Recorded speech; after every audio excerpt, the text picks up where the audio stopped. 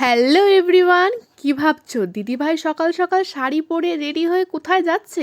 আসলে আমাদের এখানে প্রত্যেকটা বার পৌষ মাসের শেষের দিকে একটা মহাপ্রভু নাম কীর্তন হয়। আমরা সবাই সেখানেই গিয়েছিলাম। গিয়ে দেখি রাধাকৃষ্ণর আরতি শুরু হয়ে গেছে, আর মহাদেব বাবা রেগে গিয়ে নৃত্য শুরু করে দিয়েছে। তা দেখে মা কালীও ভীষণ রেগে গিয়েছে।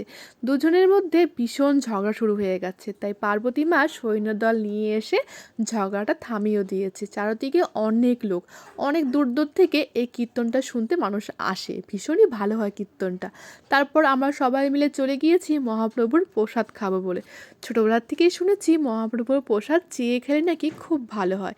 প্রসাদটা না ভীষণই ভালো হয়েছিল। প্রথমেই আমাদের দিয়েছিল ডাল, সব রকম সবজি দিয়ে একটা নিরামিষ তরকারি আর পনিরের রসা। একদম তৃপ্তি ভরে চেটেপুটে খেয়ে নিয়েছিলাম। আজকের দিনটা ভীষণই ভালোভাবে কাটিয়েছি। সবাই একবার জোর হাতে বলো জয় রাধে।